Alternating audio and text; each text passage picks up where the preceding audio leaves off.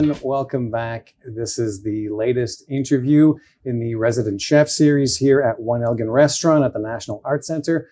My name is Michael Gauthier, and I'm very honored to be welcoming Chef Joseph Shawana. Chef, welcome. Thank you. I first started my culinary career when I was 13 years old, right? So I'm 39 now, but it was all heavily in French and Italian cooking. Right. So what you learn in school, that's what you're taught. That's the standard. Here's the box. There is a way to do things. Yeah. I saw a couple of dishes of yours, and you use very few ingredients. You seem to be very disciplined with your use of them for your plating, your sauces. How do you take that kind of the French method and apply it to ingredients that were never even considered when the French method was created? Is there like an indigenous method that is developing now or being created now? I think the method was always there, right? So everybody in every single culture around the world, you have like the staple methods of how to braise meats, how to make sauces, how to flame roast vegetables and like put them over coals and so forth, right?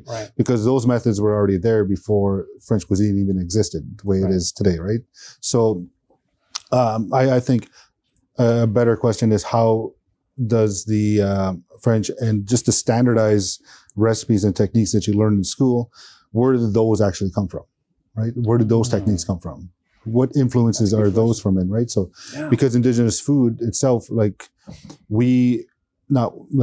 our culture and our heritage, it really paved the way to global trade.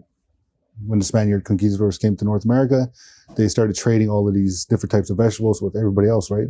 So that's where a lot of potatoes in Ireland came from, is from South America.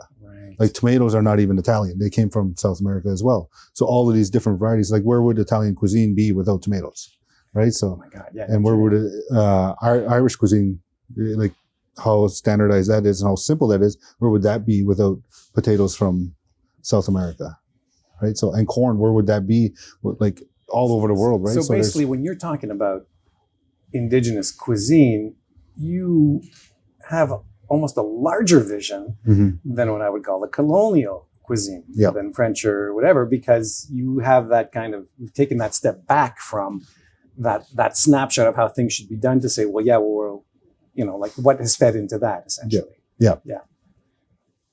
So now when you wanted to open your restaurant, how did you live through that? We did a one-off. We were only good, me and my business partner, my boss at the time.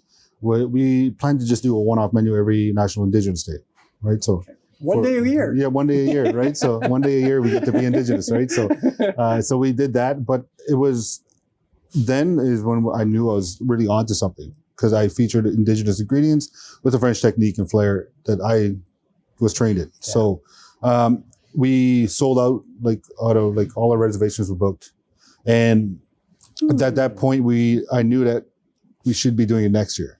But then that September of that same year, I approached him. I was like, hey, what do you just think of? This is just went in my head, and then I just said it out loud. What do you think about opening up an Indigenous restaurant? Then he said, funny thing you should be saying that now is because I just looked at a small restaurant this morning. You want to go look at it for dinner for tonight? So we went up there. A couple of days later, we signed the lease. We bought the place. And everything at that point was just lining up. Like when we said we needed somebody to do all the artwork, we found that our landlord at the time was was the largest private art collector of Indigenous artwork in Canada.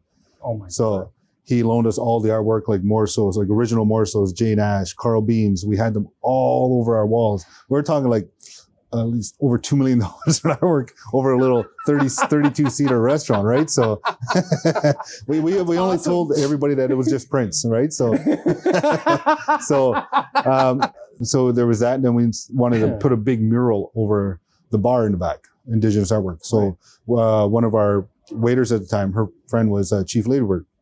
So she did this amazing artwork of three sisters representing, and then I told everybody for me it represented like my mother, my son's grandmother, who is my wife's mother, and my own grandmother, right? So then it also represents the three sisters, like the traditional story of the three sisters, corn, beans, and squash. So then I told everybody it's your own way to interpret that artwork, right? So for me, that's what it means. And that's why it's so special to me. When we first opened, I was only open on Wednesday, Thursday, Friday, and Saturday. So 4 nights a week, right? So, and I was only from 5 to 9 I was open. So Okay. like one seating, right? So people So you'd come into your mise en place around noonish type of Yeah. thing for that night, and then be out of there by 10, that's great. 10:30ish. That's actually decent Yeah. quality of life. Yeah, and then when the Food and Wine article came out saying that we were serving seal meat on our menu, everything just hit the fan. I thought we were done for, but the amount of support that we got from the community, not only Indigenous but non-Indigenous, made us book solid for 6 to 8 months solid. I always like to keep my team small and keep them at full-time hours so that they have a livable income. Yeah. They were learning our food, like Indigenous food stories, and they enjoyed the customers that came in because they wanted to talk about the food. That was the first time ever that they're seasoned industry professionals, but that was the first time ever that they were able to talk to the customers on a level playing field. So now, once all of this mess is finished with COVID, how big will the place be? We downsize. We're going to be downsizing a lot. Oh yeah. Really, like a lot where it's just going to be me in the kitchen, me cooking. It's going to be, I pictured it a horseshoe-shaped bar. Okay. You know, like when you go to Yeah, a good sushi restaurant, Yeah. it's just a sushi chef and that's it. Yeah. It's just going to be me and then 13 customers sitting around the table.